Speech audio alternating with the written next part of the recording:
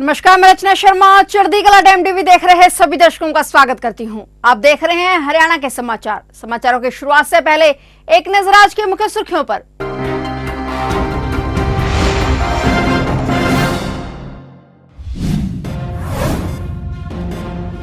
No हिंसा के नामी बदमाश की पुलिस के साथ मुठभेड़, पैर में लगी गोली, किया गिरफ्तार। हरियाणा के किसानों का चंडीगढ़ कूच, अंबाला के शंभू बॉर्डर पर किसानों और पुलिस में झड़प।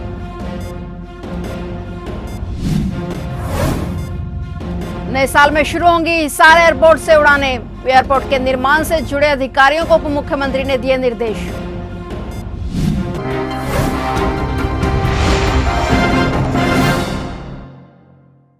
और अब समाचार विस्तार से। नो हिंसा के मामले में संलिप्त तावड़ू के डिडारा गांव का रहने वाला आरोपित आमिर को क्राइम ब्रांच नू की टीम ने मुठभेड़ के बाद आज सुबह गिरफ्तार कर लिया है। हिंसा मामले में अब तक पुलिस द्वारा करीब 300 के करीब आरोपियों को गिरफ्तार किया गया है। नू में 31 जुलाई को हुई हिंसा में 6 लोगों की मौत हो गई थी। हरियाणा के नू में 31 जुलाई को हुई हिंसा के बाद प्रशासन लगातार एक्शन में है। जानकारी के मुताबिक आमिर के दाएं पैर में गोली लगी, उसे नल्हड़ मेडिकल कॉलेज में भर्ती कराया गया। पुलिस ने आरोपित के कब्जे से एक कट्टा और कई कारतूस बरामद किए हैं। क्राइम ब्रांच के प्रभारी इंस्पेक्टर अमित को सूचना मिली थी कि हिंसा के मामले में संलिप्त आमिर तावड़ू के सिलखो पहाड़ी के खंडर में है। सूचना मिलते ही क्राइम ब्रांच की टीम ने बदमाश को घेर कर चेतावनी दी तो उसने गोली चला दी। पुलिस टीम ने भी गोली चलाई तो एक गोली उसके पैर में लगी और उसे दबोच लिया गया। बता दें कि इसी पहाड़ी पर 5 दिन पहले हिंसा आरोपित मुनफेद को भी पुलिस ने मुठभेड़ के दौरान पकड़ा था।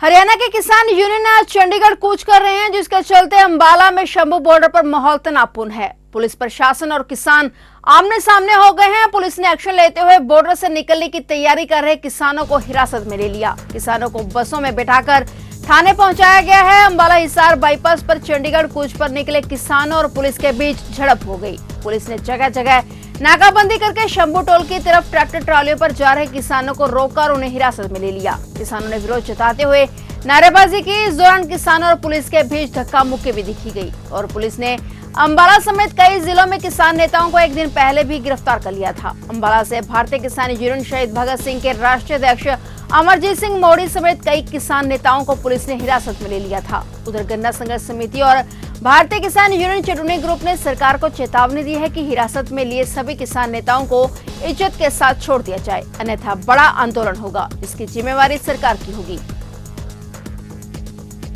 हरियाणा के उप मुख्यमंत्री दुष्यंत चौटाला ने हिसार एयरपोर्ट के निर्माण से जुड़े अधिकारियों को निर्देश दिए हैं कि इस साल के अंत तक एयरपोर्ट से जुड़ी सभी ऑपरेशनल एक्टिविटी पूरी कर ली जाएं, ताकि नववर्ष से यहां से सिविल एविएशन की उड़ान शुरू हो सके। डिप्टी सीएम ने चंडीगढ़ में हिसार एयरपोर्ट के निर्माण को लेकर संबंधित अधिकारियों की बैठक की अध्यक्षता की। उन्होंने हिसार एयरपोर्ट से जुड़े अधिकारियों को निर्धारित अवधि में अपने अपने विभाग के कार्यों को पूरा करने के निर्देश दिए। उन्होंने एयरक्राफ्ट के फ्यूल स्टोर का निर्माण करने, नेविगेशन उपकरण को स्थापित करने, पेयजल की आपूर्ति, ड्रेनेज और सीवरेज सिस्टम आदि के बारे में विस्तार से समीक्षा की और अधिकारियों को निर्देश दिए कि काम को स्पीड अप करें ताकि निर्धारित समय में एयरपोर्ट हर हाल में चालू हो सके।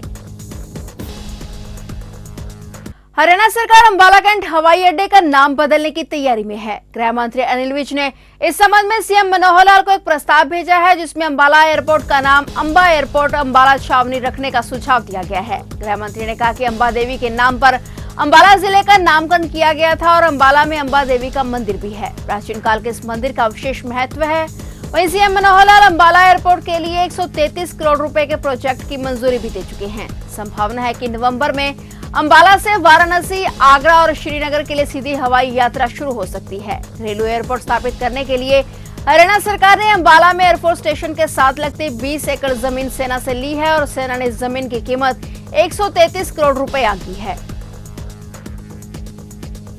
उप मुख्यमंत्री दुष्यंत चौटाला ने कहा कि राज्य सरकार प्रदेश में इलेक्ट्रॉनिक के पुराने और खराब सामान की सही ढंग से रिसाइकलिंग करने के लिए इलेक्ट्रॉनिक्स वेस्ट रिसाइकलिंग पॉलिसी लाएगी, ताकि प्रदेश में ई पोल्यूशन का प्रबंधन किया जा सके।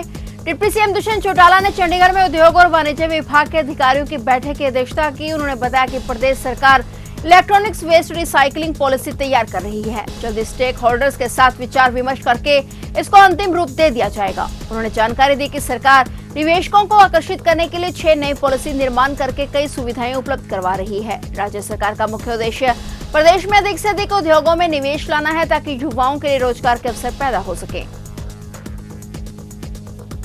आज सुबह बेहद ही दुखद खबर सामने आई। हरियाणा के मशहूर गायक राजू पंजाबी का निधन हो गया। राजू पंजाबी पिछले कई दिनों से बीमार चल रहे थे और हिसार के एक निजी अस्पताल में उनका इलाज चल रहा था। बीमारी की वजह से उन्होंने 40 साल की उम्र में अंतिम सांस ली और दुनिया को अलविदा कह दिया। हरियाणवी गायक राजू पंजाबी का आज उनके पैतृक गांव रावतसर में अंतिम संस्कार किया गया। उनका जाना हरियाणा म्यूजिक इंडस्ट्री के लिए एक बड़ी क्षति है। राजू पंजाबी और हरियाणवी कई हिट गाने गा चुके हैं। वह पीलिया से पीड़ित थे, जिसके बाद उन्हें अस्पताल में भर्ती कराया गया था। इलाज के दौरान उनकी तबीयत में सुधार आया और उन्हें घर भेज दिया गया था, लेकिन फिर अचानक तबीयत खराब होने पर उन्हें दोबारा एडमिट कराया गया था। और हरियाणा के बड़े सिंगर के यूं चले जाने से उनके फैंस और परिवार वाले काफी सदमे में हैं।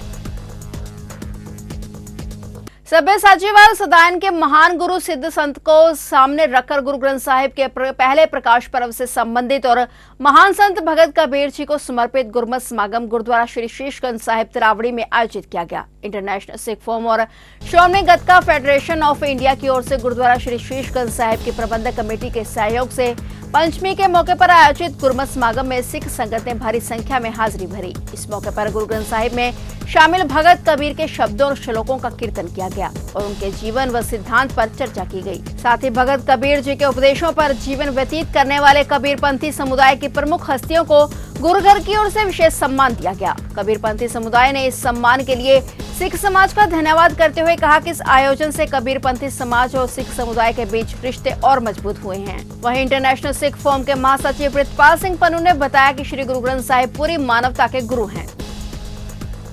ਅੱਜ ਦਾ ਜਿਹੜਾ ਇਹ ਸਮਾਗਮ ਹੈ ਪੰਚਵੀਂ ਦਾ ਉਹ ਭਗਤ ਕਬੀਰ ਜੀ ਨੂੰ ਸਮਰਪਿਤ ਕੀਤਾ ਗਿਆ ਹੈ। ਇੰਟਰਨੈਸ਼ਨਲ ਸਿੱਖ ਫੋਰਮ ਜਿਹਦੇ ਮੁਖੀ ਸਰਦਾਰ ਜਗਜੀਤ ਸਿੰਘ ਜੀ ਦਰਦੀ ਪਦਮ ਸ਼੍ਰੀ ਨੇ ਤੇ ਇੰਟਰਨੈਸ਼ਨਲ ਸਿੱਖ ਫੋਰਮ ਦੇ ਨਾਲ Shiromani gatka federation of India ਜਿਹਦੇ ਪ੍ਰਧਾਨ ਵੀਰ ਗੁਰਤੇਜ ਸਿੰਘ ਖਾਲਸਾ ਜੀ ਨੇ। ਸੋ ਇਹ ਦੋਨਾਂ ਸੰਸਥਾਵਾਂ ਵੱਲੋਂ ਗੁਰਦੁਆਰਾ ਸ਼ੀਸ਼ਗੰਜ ਸਾਹਿਬ ਦੀ ਪ੍ਰਬੰਧਕ ਕਮੇਟੀ ਦੇ ਸਹਿਯੋਗ ਦੇ ਨਾਲ ਮਿਲ ਕੇ ਭਗਤ ਕਬੀਰ ਜੀ ਨੂੰ ਸਮਰਪਿਤ ਅੱਜ ਜਿਹੜਾ ਸਮਾਗਮ ਜਿਹੜਾ ਉਹ ਕਰਵਾਇਆ ਜਾ ਰਿਹਾ ਹੈ। ਸਤਿਕਾਰਯੋਗ ਸੰਤ ਬਾਬਾ ਸੁੱਖਾ ਸਿੰਘ ਜੀ ਡੇਰਾ ਕਾਰ ਸੇਵਾ ਵਾਲੇ ਉਹਨਾਂ ਦੀ ਖਾਸ ਅਗਵਾਈ ਇਹ ਪੂਰੇ ਪ੍ਰੋਗਰਾਮਾਂ ਵਿੱਚ ਚੱਲ ਰਹੀ ਹੈ ਤੇ ਹੋਰ ਵੀ ਜਿਹੜੇ ਮਹਾਂਪੁਰਸ਼ ਨੇ, ਜਿਵੇਂ ਇੱਥੇ ਅੱਜ ਪ੍ਰੋਗਰਾਮ ਹੈ ਬਾਬਾ ਜੋਗਾ ਸਿੰਘ ਜੀ ਦੀ ਚੱਲ ਰਹੀ ਹੈ, ਇਦਾਂ ਹੀ ਕੱਲ ਜਿਹੜਾ ਸੰਤ ਪ੍ਰੋਗਰਾਮ ਹੋ ਰਿਹਾ ਹੈ ਜਥੇਦਾਰ ਭੁਪਿੰਦਰ ਸਿੰਘ ਸੰਤ ਨੇ ਉਹ ਉਹਦੇ ਵਿੱਚ ਸਹਿਯੋਗ ਦੇ ਰਹੇ ਨੇ। ਕੱਲ ਭਗਤ ਧੰਨਾ ਜੀ ਦਾ ਮਨਾਇਆ ਜਾਏਗਾ, ਅੱਜ ਭਗਤ ਕਬੀਰ ਜੀ ਦਾ ਮਨਾਇਆ ਜਾ ਰਿਹਾ ਹੈ। ਸਾਡਾ ਮਕਸਦ ਇਹ ਇਸ ਪ੍ਰੋਗਰਾਮ ਦਾ ਜਿਹੜਾ ਨਾਂ ਦਿੱਤਾ ਗਿਆ ਸਭੇ ਸਾਜੀ ਵਾਲ ਸਦਾਇਨ ਤੂੰ ਕਿਸੇ ਨੂੰ ਦਿਸੇ ਬਾਹਰਾ ਜੀਓ। ਸਭੇ ਸਾਂਝੀ ਵਾਲ ਸਦਾਇਨ ਯਾਨੀ ਉਸ ਪਰਮਾਤਮਾ ਦੀ ਨਜ਼ਰ ਆਵੇ ਸਾਰੇ ਇੱਕੋ ਨੇ। ਉਹਨੂੰ ਕੋਈ ਵੀ ਜਿਹੜਾ ਪਰਮਾਤਮਾ ਦਾ ਕਿਸੇ ਨੂੰ ਉੱਚਾ ਨਹੀਂ ਸਮਝਦਾ, ਕਿਸੇ ਨੂੰ ਨੀਵਾਂ ਨਹੀਂ ਸਮਝਦਾ। ਉੱਚੀਆਂ ਨੀਵੀਆਂ ਜਾਤਾਂ ਅਸੀਂ ਬਣਾਈਆਂ ਨੇ। ਪਰਮਾਤਮਾ ਦੀ ਨਜ਼ਰ ਵਿੱਚ ਸਾਰੇ ਮਾਨਸ ਕੀ ਜਾਤ ਸਭ ਇੱਕ ਹੈ, ਪਹਿਚਾਨ ਉਹ ਸਭ ਇੱਕੋ ਜਾਤ ਇੱਕੋ ਬਰਾਦਰੀ, ਉਹ ਹੈ ਇਨਸਾਨੀਅਤ। ਸੋ ਇਹ ਜਿਹੜਾ ਭਾਈਚਾਰੇ ਦਾ ਮੈਸੇਜ ਹੈ ਇਹ ਲਗਭਗ 1 ਮਹੀਨਾ ਪ੍ਰੋਗਰਾਮ ਚੱਲਣੇ ਨੇ, ਜਿਨ੍ਹਾਂ ਦਾ ਸਮਾਪਨ ਜਿਹੜਾ ਉਹ 17 ਸਤੰਬਰ ਨੂੰ ਕਰਨਾਲ ਡੇਰਾ ਕਾਰ ਸੇਵਾ ਵਿਖੇ ਹੋਏਗਾ। ਉਸ ਤੋਂ ਪਹਿਲਾਂ ਵੱਖ-ਵੱਖ ਥਾਵਾਂ ਤੇ ਵੱਖ-ਵੱਖ ਭਗਤਾਂ ਦੇ ਪ੍ਰੋਗਰਾਮ ਜਿਹੜੇ ਮਨਾਏ ਜਾਣਗੇ। ਅੱਜ ਭਗਤ ਕਬੀਰ ਜੀ ਦਾ ਹੈ, ਕੱਲ ਭਗਤ ਧੰਨਾ ਜੀ ਦਾ ਜਿਹੜਾ ਹੈ ਉਹ ਗੁਰਦੁਆਰਾ ਡੇਰਾ ਸਾਹਿਬ ਸੰਧ ਵਿਖੇ ਹੋਏਗਾ। ਸੋ ਸਾਰੀਆਂ ਸੰਗਤਾਂ ਨੂੰ, ਸਮੁੱਚੇ ਸਮਾਜ ਨੂੰ, ਸਭ ਨੂੰ ਬੇਨਤੀ ਹੈ ਕਿ ਧਰਮ ਜਾਤੀ ਤੋਂ ਉੱਪਰ ਉੱਠ ਕੇ ਇਹਨਾਂ ਸਮਾਗਮਾਂ ਵਿੱਚ ਸ਼ਾਮਲ ਹੋਵੋ ਤਾਂ ਕਿ ਕਰਨਾਲ ਜਿਹੜਾ ਸਾਡਾ ਅੱਜ ਤੱਕ ਭਾਈਚਾਰੇ ਵਾਲਾ ਸ਼ਹਿਰ ਰਿਹਾ ਹੈ, ਇਹਦੇ 'ਚ ਅਗਰ ਕੋਈ ਭਾਈਚਾਰਾ ਤੋੜਨ ਦੀ ਕੋਸ਼ਿਸ਼ ਕਰਦਾ ਹੈ ਉਹਦੀ ਬਜਾਏ ਅਸੀਂ ਜੋੜਨ ਵਾਲੇ ਪਾਸੇ ਆਈਏ, ਸਾਰਿਆਂ ਨੂੰ ਇਕੱਠਾ ਕਰਕੇ ਚੱਲੀਏ। ਇਹ ਸਾਡਾ ਮੇਨ मकसद है। पिहोवा में पिछले 8 महीने से बंद पड़े सरस्वती ड्रेन पुल को लेकर किसान यूनियन द्वारा महापंचायत बुलाई गई थी। किसानों द्वारा महापंचायत में पिहोवा के एसडीएम सोनू राम ने पहुंचकर किसानों को 10 दिन में अस्थायी पुल तैयार करने को कहा और वहीं बंद पड़े पुल को अस्थायी पुल बनने के बाद ही तोड़ने की बात कही गई। आपको बता दें कि 8 महीने से बंद पड़े पुल की तरफ सरकार का ध्यान नहीं था, जिसके लेकर किसान यूनियन द्वारा पिहोवा के लोगों से गुरुद्वारा बाउली साहिब के बाबा महेंद्र सिंह की मदद मांगी गई थी, जो कि बाबा महेंद्र सिंह के संगत के साथ पुल बनाने की बात सुनकर सरकार द्वारा आनंद फानंद में 9 करोड़ 42 लाख 51 हजार का टेंडर जारी कर दिया गया। जिसके बाद पुल को तोड़ने की प्रक्रिया शुरू कर दी गई, जिसका दुकानदारों ने विरोध करते हुए अस्थायी पुल की मांग की थी ताकि शहर की तरफ मोटरसाइकिल सवार सहित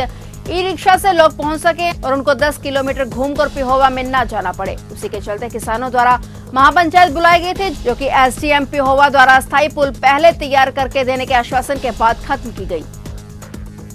देखिए, यहाँ पे जो पुल टूटा हुआ है सरस्वती का, वो 8 महीने करीब हो गए हैं और पूरा जो इलाका परेशान है वो दाएं बाएं से घूम के आता है। उसको बनवाने के लिए एक प्रयास चल रहा था जो काफ़ी दिनों से मेहनत कर रहे थे और ये हमारे यहाँ के जो अगवा हैं वो प्रिंस जी है, और इनकी पूरी टीम है। तो ये बहुत प्रयास कर रहे थे और आज उसी के लिए पंचायत बुलाई थी। तो आज वो मामला निपट गया है, क्योंकि जो अगले लोग हैं जो परली मार्केट वाले हैं वो चाहते थे कि पहले वैकल्पिक रास्ता उनको दे दिया जाए ताकि उनकी दुकानें बंद ना हो। तो आज प्रशासन ने मान लिया कि वहाँ पे जो पहले रास्ता बनाया था जो बाद में टूट गया था बाढ़ में, वो वैकल्पिक रास्ता वो आज से बनाना शुरू कर देंगे। 5-7-10 दिन में बन जाएगा। और जो पुल का काम है वो भी आज से शुरू हो जाएगा। पुल तोड़ेंगे बाद में, पहले नीचे से उसको शुरू कर देंगे ताकि आवाजाही भी बंद ना हो बाइक वगैरह की, और जो है वो काम भी चलता रहे। तो दोनों काम वो आज से शुरू हो जाएंगे। सहारनपुर पुलिस द्वारा मुठभेड़ में टॉप 10 और हिस्ट्री शीटर अपराधी सहित 3 अंतर्राज्यीय पशु चोर गिरफ्तार किए गए हैं। वरिष्ठ पुलिस अधीक्षक के निर्देशन में जनपद में पशु चोरियों पर पाबंदी लगाने हेतु की जा रही चेकिंग और पशु चोरों की गिरफ्तारी के लिए चलाए जा रहे अभियान के तहत थाना सरसावा पुलिस द्वारा मुठभेड़ के बाद टॉप 10 और हिस्ट्री शीटर अपराधी जहूर समेत अकबर और बुरहान को गिरफ्तार किया गया है, जबकि इनका एक अन्य साथी सत्तार मौके से फरार होने में कामयाब रहा। पुलिस ने इनके कब्जे से हथियार भी बरामद किए हैं। तो मुखबिर द्वारा सूचना मिली कि नकुड़ फ्लाईओवर की तरफ से एक पिकअप गाड़ी आ रही है, उसमें कुछ संदिग्ध व्यक्ति हैं और उसमें पशु लाए जा रहे हैं। वहां पर पुलिस पार्टी द्वारा जब उसे चेक किया गया, गाड़ी को रोकने का प्रयास किया गया, तो उनमें बैठे अभियुक्तों ने पुलिस पार्टी पर फायर किए। 2 फायर हुए हैं। इसमें जब पुलिस पार्टी ने जान की परवाह ना करते हुए उनको जब घेर घोट कर कब्जे में लिया तो 3 अभियुक्त हिरासत में गिरफ्तार किए गए हैं। उनका नाम है अकबर पुत्र रियासत, दूसरा है जहूर पुत्र सत्तार और तीसरे हैं बुरहान पुत्र अब्दुल। इनके कब्जे से 2 नाजायज 315 बोर के तमंचे, 2 खोखा कारतूस, 4 जिंदा कारतूस और 1 नाजायज तमंचा मिला है, नाजायज चाकू मिला है। इन पे जब देखा गया तो 2 भैंस इनके पिकअप में बरामद हुई है। ये जब पता लगा कि ये इसी महीने एक थाना सरसावा में मुकदमा पंजीकृत हुआ था जिसमें 2 भैंस चोरी हुई थी। ये वो ही भैंस हैं और ये किसी पैठ में इसे बेचने जा रहे थे। जो पिकअप गाड़ी इस घटना में यूज हुई है, ये पिछले महीने थाना बेहट में चोरी की गई थी इन्होंने, जिस संबंध में मुकदमा ऑलरेडी पंजीकृत है। ये जो 3 अभियुक्त पकड़े गए हैं उनमें से एक जो जहूर है, ये सरसावा थाने का हिस्ट्री शीटर भी है, टॉप 10 अपराधी है। इस पर 47 मुकदमे ऑलरेडी थाना सरसावा और विभिन्न थानों में जैसे यमुनानगर में भी, कोतवाली देहात में आदि में पंजीकृत हैं। कोतवाली देहात से इसका गैंगस्टर भी हो रखा है। तो इन्होंने बताया पूछताछ में कि ये जो भैंस इन्होंने चोरी की थी और अंतर्राज्यीय स्तर पर ये भैंस चोरी करते हैं, पशु चोरी करते हैं और विभिन्न पैठों में इसे बेच देते हैं। ये आज इन भैंसों को बेचने ही जा रहे थे और पुलिस ने इन्हें अप्रहेंड करके गिरफ्तार किया है। हर साल की तरह जल विभाग पिंजौर के विभिन्न जलघरों में विभाग के पदाधिकारियों के साथ मिलकर कालका पिंजौर के पत्रकारों ने तकरीबन 100 से भी ज्यादा पौधे लगाए। इस मौके पर विभाग के JE Lokesh Kumar, journalist welfare council अध्यक्ष ललित धीमान व अन्य मौजूद रहे। उन्होंने लगाए गए पौधों की पूरी देखभाल का बीड़ा उठाया। उन्होंने पर्यावरण को सुरक्षित रखने के लिए सबको ज्यादा से ज्यादा पेड़ लगाने की अपील की। तो ये थे हरियाणा के समाचार, और नए समाचारों के साथ फिर से हाजिर होंगे। तब तक के लिए देखते रहिए चढ़ती कला टाइम टीवी और अब मुझे दीजिए इजाजत। धन्यवाद।